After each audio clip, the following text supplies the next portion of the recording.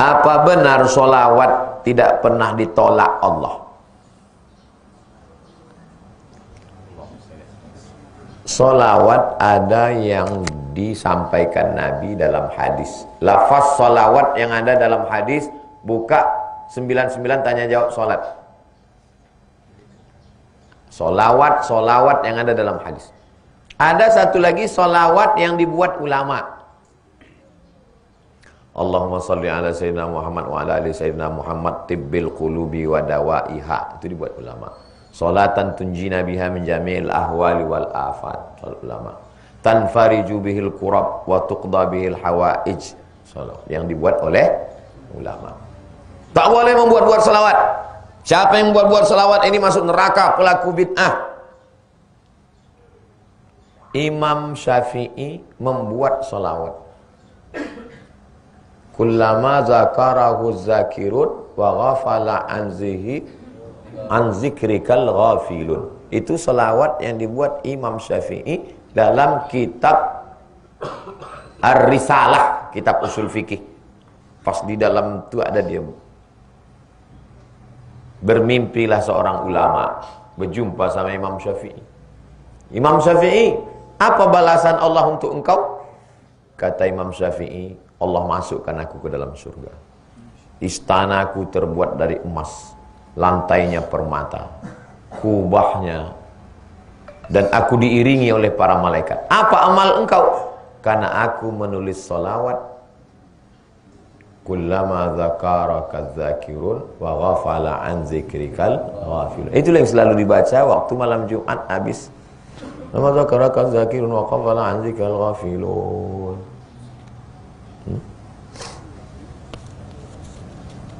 Siapa yang buat selawat bid'ah? Tapi Imam Syafi'i ada. Imam Syafi'i boleh.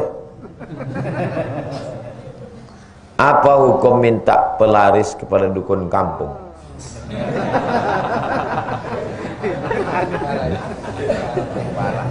Yang dukun itu membaca ayat. Wa may yattaqillaha yaj'al lahu makhraja wa yarzuqhu min haitsu la yahtasib. Wa may yatawakkal 'alallahi fa huwa hasbuh. Innallaha balighu amrih qad ja'alallahu likulli syai'in qadara. Selalu disebut dengan ayat 1000 dinar. 1 dinar 4,25 gram emas. Sekarang lebih kurang 5 juta. Berarti kalau 1000 dinar 5 miliar. Waktu diamalkan orang itu diberi Allah dia rezeki dari yang tak disangka-sangka. Apakah boleh membaca ayat tertentu dengan mengharapkan balasan tertentu? Boleh. Mana dalilnya? Dalilnya bertawassul dengan amal soleh. Amal soleh apa? Membaca kalam Allah. Nanti masuk toko pagi baca Fatihah sekali, Qul huwallah 3 kali, Qul falaq sekali, Qul binnas sekali, solawat. Supaya dijauhkan dari gangguan jin-jin setan, supaya dibukakan Allah pintu rezeki. Boleh, tak salah. Tapi dia dukun Pak Ustadz. Mungkin dia ini dukun syariah.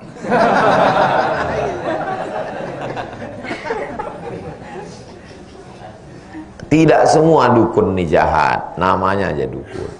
Contohnya dukun yang baik, dukun beranak, dukun sunat. Dukun sunat itu mana pakai? Tapi kata dukun itu memang sudah konotasinya jelek. Jadi coba belajar bahasa lagi. Kalau udah disebut dukun, tapi tidak semua. Dukun beranak, dukun sunat, dukun tukang khitan itu disebut juga dukun. Yang tak boleh itu dukun yang berkawan sama jin, kayak mantra-mantra, dukun santet, manggil hantu. Belajar lagi bahasa. Di samping itu ada juga syarat-syarat. Ini tak betul. Harus mondar-mandir dulu ke sana kemari, ke kiri. Itu jinnya itu menyuruh. Harus diambil diambil lidah terenggiling. Lidah terenggiling itu kalau dibukanya mulutnya begini, maka berdatangan semut-semut. Maka dikeringkan lidah terenggiling itu, digantungkan di atas toko. Sebagaimana lidah terenggiling itu berdatangan semut, begitulah pembeli itu datang ke toko itu. Itu sihir itu. Sama juga kalau benci sama orang, dia ambil tulang pukang. Pukang itu kan malu sama orang, tak berani. Sebagaimana malunya pukang ini, begitulah budak ni malu mau kenalan sama orang. Antum pinang anak gadis orang, dia tak mau. Antum sakit hati, antum santet dia pakai tulang pukang. Sesudah disantet pakai tulang pukang tu malulah dia macam pukang. Malu kenalan sama orang, malu keluar rumah, akhirnya sampai tua tak berlaki. Itu sihir, setan punya kerja. Diambil air mandi orang mati, disiramkan ke depan warung orang.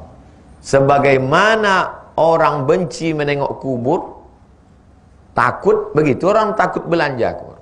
Itu syarat-syarat itu yang mengasihnya setan. Paham itu kan? Ditariknya korelasi itu. Kita kalau berdoa tak pakai tulang pukang, tak pakai air orang mati, tak pakai lidah terenggiling, cukup pakai lidah multi level marketing.